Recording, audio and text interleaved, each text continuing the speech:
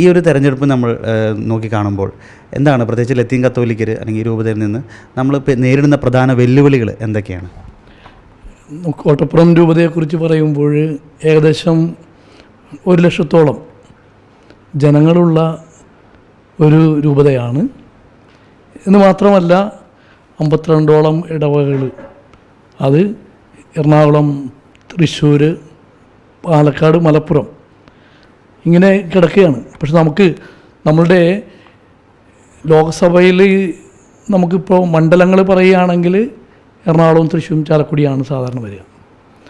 നമ്മൾ ആദ്യമായിട്ട് ചിന്തിക്കുമ്പോൾ നമ്മളെല്ലാവരും ഭാരതീയരാണെന്നുള്ളൊരു ബോധ്യം, അതാണ് ഞാൻ ആദ്യം തന്നെ പറയാനായിട്ട് ആഗ്രഹിക്കുന്നത്.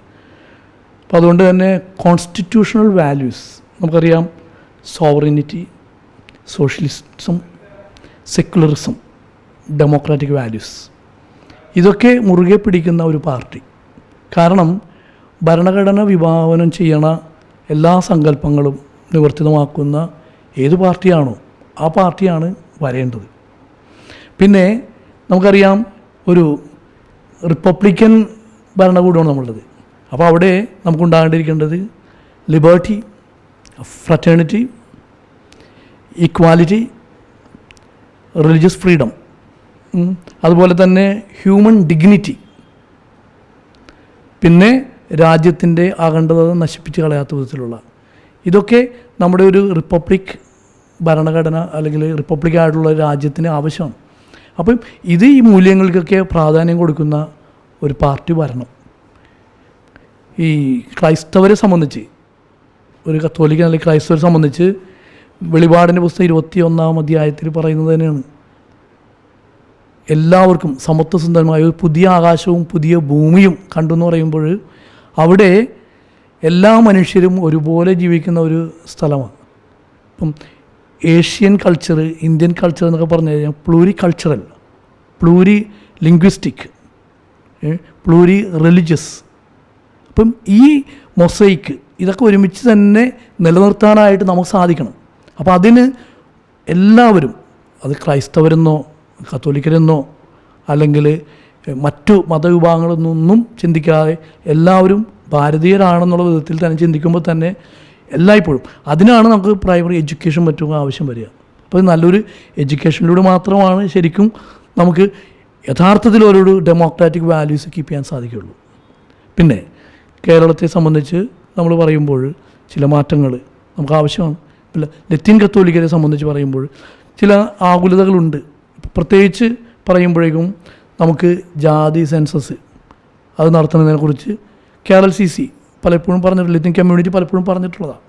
പിന്നെ സാമുദായിക പ്രാതിനിധ്യം, പലപ്പോഴും ലത്തീൻ കത്തോലിക്കർക്ക് അർഹമായ പ്രാതിനിധ്യം കിട്ടിയിട്ടില്ല.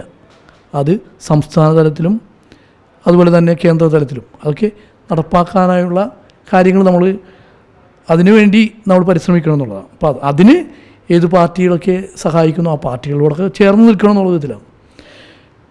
ഇപ്പോൾ കോട്ടപ്പുറം രൂപതയെക്കുറിച്ച് ചിന്തിക്കുമ്പോൾ നമുക്കറിയാം, അതിരപ്പള്ളി കാടുള്ള പ്രദേശം, അവിടുന്ന് പിന്നെ ചാലക്കുടി വരുന്നതിന് മുമ്പ് കുറ്റിക്കാട് ഭാഗം, അവിടെ പുഴ ഒഴുകുന്നുണ്ട്. പക്ഷെ അവിടെയൊക്കെ ഇപ്പം വനനശീകരണം നടക്കുന്നുണ്ട്. അതുപോലെ തന്നെ വന്യമൃഗങ്ങളുടെ സംരക്ഷണം ഇതൊക്കെ നടപ്പാക്കേണ്ടതുണ്ട്. അതുകൂടാതെ തന്നെ കപ്പത്തോട് എന്ന് പറഞ്ഞൊരു അവിടെ നദി അല്ലെങ്കിൽ പുഴ സംരക്ഷണം, നദീതടം സംരക്ഷണം ശരിക്കും മുൻപ് ചില പ്രധാനമന്ത്രിമാരെങ്കിലും ഒരു നദീതട സംരക്ഷണ എല്ലാ നദികളും കൂടിയൊക്കെ ഒരുമിപ്പിക്കാനുള്ളൊരു പരിപാടിയൊക്കെ ഉണ്ടായിരുന്നു. അപ്പോൾ നമുക്ക് ഈ നദീതട സംരക്ഷണം ആവശ്യമാണ്. പിന്നെ ചാലക്കുടിയിലേക്ക് വരുമ്പോഴേക്കും ചാലക്കുടിയിലെ വലിയ ഹൈവേ എത്ര വർഷങ്ങളായി ഇതുവരെയായിട്ടും ഹൈവേയുടെ പൂർത്തീകരണം നടന്നിട്ടില്ല. ഇതുപോലെ ഇങ്ങോട്ട് തിരിഞ്ഞു വരുമ്പോഴേക്കും കൊടുങ്ങല്ലൂർ ഭാഗത്തേക്ക് വരുമ്പോഴേക്കും ചാവക്കാട് മുതൽ കടൽ, ജനങ്ങൾ എപ്പോഴും സങ്കടത്തിലാണ്. എപ്പോഴാണ് കടൽ കയറാന്ന് അറിഞ്ഞുകൂടാ. തിരിച്ച് അഴീക്കോട്, മുനമ്പം, ചെറായി ഇങ്ങോട്ട് വരുമ്പോഴും ഈ കടലോര പ്രദേശത്തുള്ള ആളുകളുടെ പല അധികം ഉള്ള ആകുലതകളുണ്ട്. ഈ ആകുലതകളിൽ ഇപ്പം കഴിഞ്ഞ ദിവസം വഖഫായിട്ട് ബന്ധപ്പെട്ടുള്ള പ്രശ്നങ്ങൾ, ഫറൂഖ് കോളേജായിട്ട് ബന്ധപ്പെട്ട 650ഓളം കുടുംബങ്ങൾ അവർ 150 വർഷം മുമ്പ് വന്ന് താമസിച്ചവരാണ്. അപ്പോൾ അവരൊക്കെ അഭിമുഖീകരിക്കുന്ന പ്രശ്നങ്ങളുണ്ട്. അപ്പം സാധാരണക്കാരായ ആളുകളുടെ പ്രശ്നങ്ങളെ കണ്ട് അവർക്കൊക്കെ ക്ഷേമം നൽകുന്ന ഒരു ഗവൺമെൻറ്റാണ് നമ്മൾ ആഗ്രഹിക്കുന്നത്. ഇപ്പോൾ ഹൈവേ പണിയുമ്പോൾ ഹൈവേ ഒന്നും വേണ്ടാന്നുള്ള വിധത്തിലല്ല. ഹൈവേ ഒക്കെ ഒരു രാജ്യത്തിൻ്റെ വളർച്ച എന്ന് പറഞ്ഞു കഴിഞ്ഞാൽ നല്ല നാഷണലൈസ്ഡ് ആയിട്ടുള്ള നല്ല റോഡുകളുണ്ടാവും എന്നുള്ളതാണ്. പക്ഷേ അതോടൊപ്പം തന്നെ ഒരു മനുഷ്യനും കുടിയിറക്കപ്പെടുകയോ അവർ പുറത്ത് പോകുന്ന രീതിയിലേക്ക് വരാൻ പാടില്ല. ഇപ്പോൾ മൂലമ്പള്ളിയിൽ അന്ന് ഇപ്പോഴും അവിടെ ആളുകൾ സംരക്ഷിക്കപ്പെട്ടിരുന്നില്ല.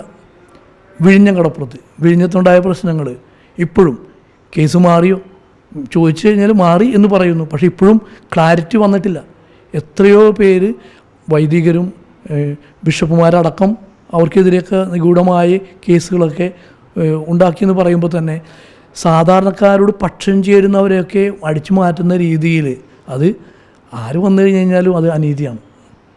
അപ്പോൾ അതുകൊണ്ട് തന്നെ എവിടെയാണോ ജനങ്ങൾക്ക് വേണ്ടി നീതിയും സമാധാനവും സന്തോഷവും ഒക്കെ ഉണ്ടാക്കുന്ന ഒരു ഗവൺമെൻറ്, അത് കേരളത്തിലായാലും ഇന്ത്യയിലൊട്ടുക്കായാലും ഇങ്ങനെ സമാധാനം സ്ഥാപിക്കുന്ന ഒരു ഗവൺമെൻറ് വരണമെന്നാണ് ആഗ്രഹിക്കുന്നത്. അപ്പോൾ അതിനോട് പക്ഷം ചേരണം. അപ്പോൾ അതിന് എല്ലാ ജനങ്ങൾക്കും ഇപ്പോൾ എനിക്ക് തോന്നുന്നു കേരളത്തിലെ ജനങ്ങൾ സാക്ഷരത ജനതയാണ്. സാക്ഷരത എന്ന് പറഞ്ഞാൽ എഴുത്തും വായനയല്ല ഞാൻ ഉദ്ദേശിക്കുന്നത്, രാഷ്ട്രീയ സാക്ഷരത ഉള്ളവരാണെന്ന് ഞാൻ മനസ്സിലാക്കുന്നത്. അതുപോലെ തന്നെ സൗത്ത് ഇന്ത്യയിലെ ജനങ്ങൾ അവർ സാക്ഷരത ഉള്ളവരാണ്. അപ്പോൾ അവർ തീരുമാനിക്കും, യഥാർത്ഥത്തിൽ ശരിയായ തീരുമാനം എടുക്കാനായിട്ട് അവർക്ക് സാധിക്കട്ടെ എന്നാണ് ആശംസിക്കുന്നത്. അതോടൊപ്പം തന്നെ ഇപ്പോൾ ലത്തീൻ കത്തോലിക്കർ അഭിമുഖീകരിക്കുന്ന ഒരു പ്രശ്നമുണ്ട്. KLC അത് അഡ്രസ്സ് ചെയ്തുള്ള കാര്യങ്ങളാണ്. ഒന്ന്, നമ്മുടെ ഒരു സമുദായ സർട്ടിഫിക്കറ്റ് ലഭിക്കാനുള്ള ഒരു ബുദ്ധിമുട്ട്.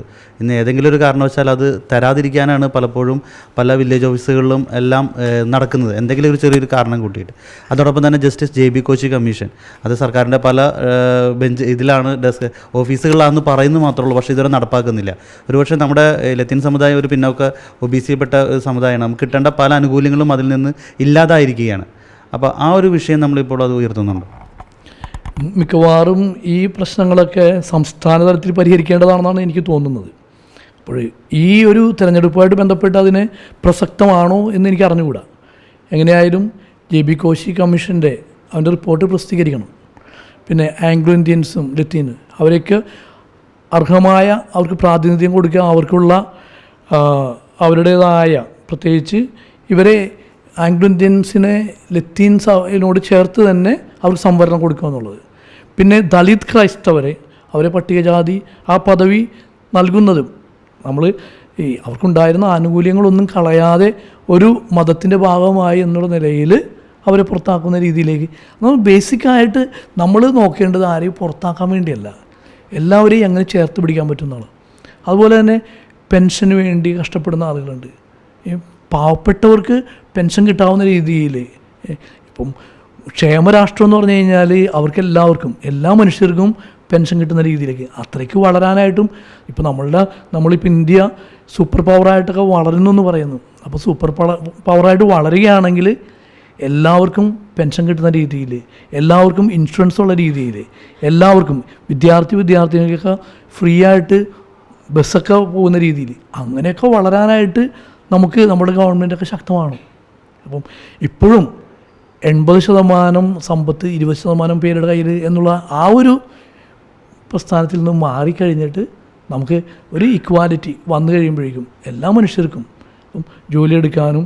ജോലിയെടുക്കുമ്പോൾ അവർക്ക് വേതനം കിട്ടാനും ആ രീതിയിൽ ഉയർന്നു വരാനായിട്ട് നമുക്ക് സാധിക്കണം. അപ്പോൾ അത് അടിസ്ഥാനപരമായിട്ട് നമ്മളുടെ ലോക്കലിൽ നിന്ന്, പഞ്ചായത്തിൽ നിന്നും, നമ്മുടെ സംസ്ഥാനത്തു നിന്നും നമ്മുടെ സെൻട്രലിലേക്കൊക്കെ കടന്നു വരാനായിട്ട് സാധിക്കണം.